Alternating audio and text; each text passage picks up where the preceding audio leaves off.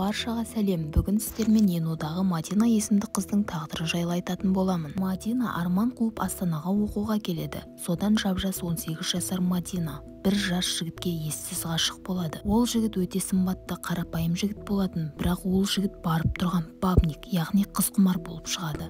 Әзірге одан Мадинаның хабары жоқ. Оның үстіне ол жігіт уақыт өте келе абюзер болып шығады. Анау ұнамайды, мынау ұнамайды деп қысым көрсетіп бастайды. Жөн жоқ ұрыс шығарып Мадинаны себепсіз қызғана береді. Мадинаның телефонын тексеріп, бірақ өзінің телефонына жолатпайды. Солай жүргенде Мадина ол жігітке сеніп, беріліп, екеуі бір түнді өткізеді. Сол түні жігіт ұйықтап қалғанда Мадина жігітінің телефонын ақтарып көреді. Мадина телефондағы жазбаларды көріп, бейнелерді көріп, суреттерді көріп, өте қатты шокта болады. Яғни Мадина жігітінің неше түрлі қыздармен сөйлескенін, жалаңаштанған суреттер мен жалаңашты бейнелерін көріп, түсініп, бабник екенін біледі. Содан қыз ойлана келе, бұл жағдайды жігітке айтпай, паниковать етпей, оны жазалауды шешеді. Қыз жігітке айтпай клубтарға барады, көңіл көтереді, билейді, ішеді.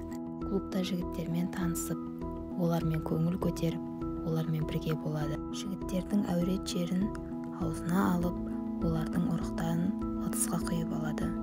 Содан соң Мадина әртүрлі тәттілер, әртүрлі дәмді тағамдар пісіріп, ішіне жаңағы ұрықты қосып, жігітке береді.